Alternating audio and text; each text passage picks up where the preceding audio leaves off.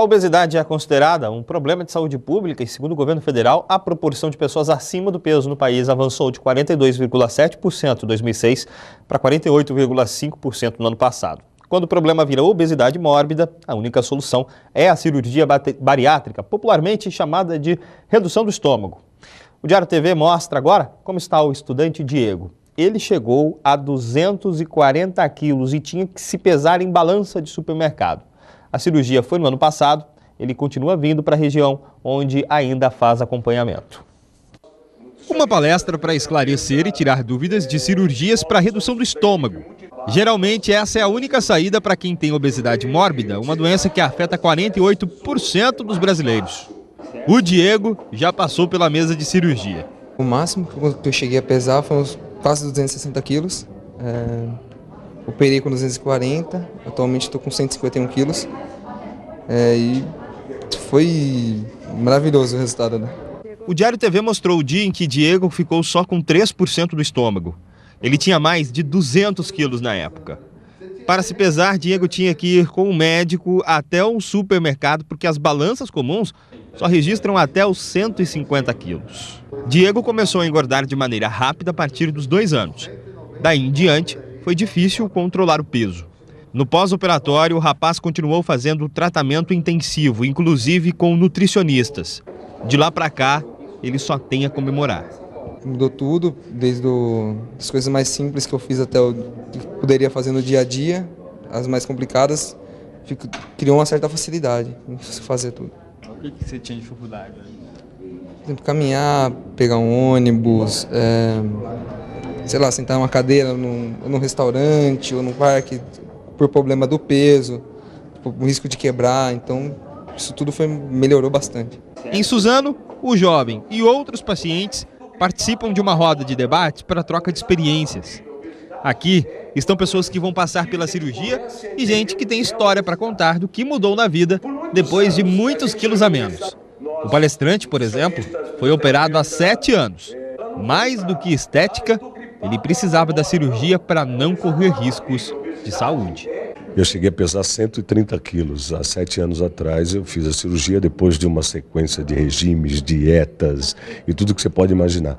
E não só uma questão de estética, é mais uma questão maior de saúde. Porque eu já estava com hipertensão por conta da obesidade, eu tive problema de quadril, o qual eu trago até hoje por conta da obesidade também, gordura no fígado e outras complicações por causa da obesidade. Eu sei que muita gente passa hoje o que eu já passei, então a minha intenção é motivar as pessoas e desmistificar tudo isso que se fala por aí, olha, você vai morrer ou não dá certo, não.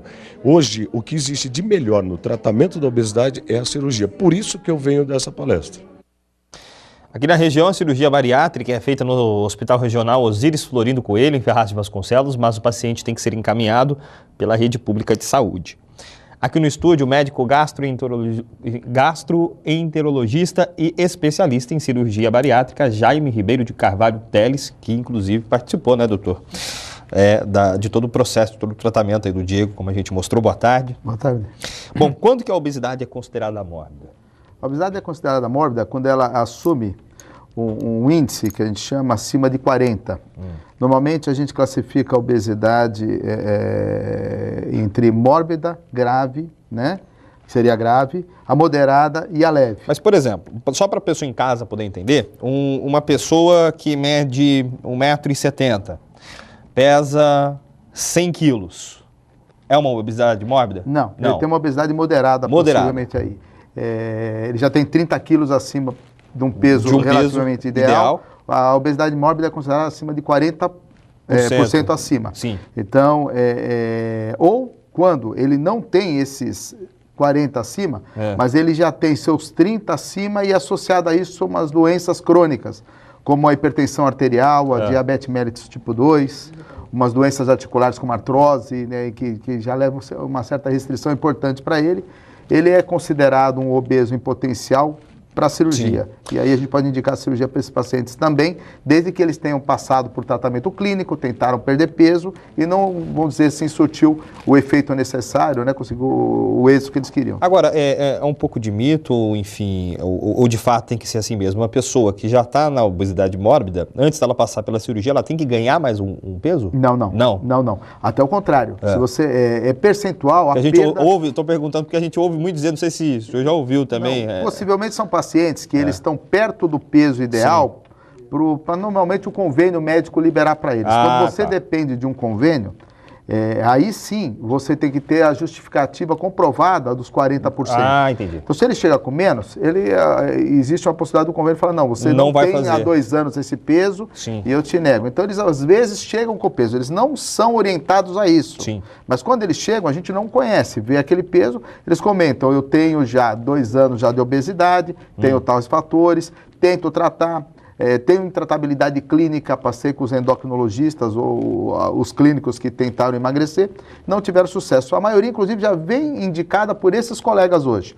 A obesidade, hoje a cirurgia da obesidade, ela alcançou uma tal excelência, eu creio, em que muitos outros cirurgiões que clínicos, né, que não viam a cirurgia com bons olhos, hoje a veem com os bons olhos. Os cardiologistas veem que os pacientes com obesidade mórbida ou moderada estão com as suas hipertensões bem controladas, riscos cardiovasculares diminuíram, percebe que colesterol, triglicéridos, houve uma melhora muito grande, o endocrinologista com seu diabetes tipo 2 está com o paciente muito bem controlado, muitos até sem medicação. Agora, então, é o primeiro recurso ou é o último recurso num tratamento? Sempre o último, a cirurgia é sempre o último sempre recurso. A última alternativa.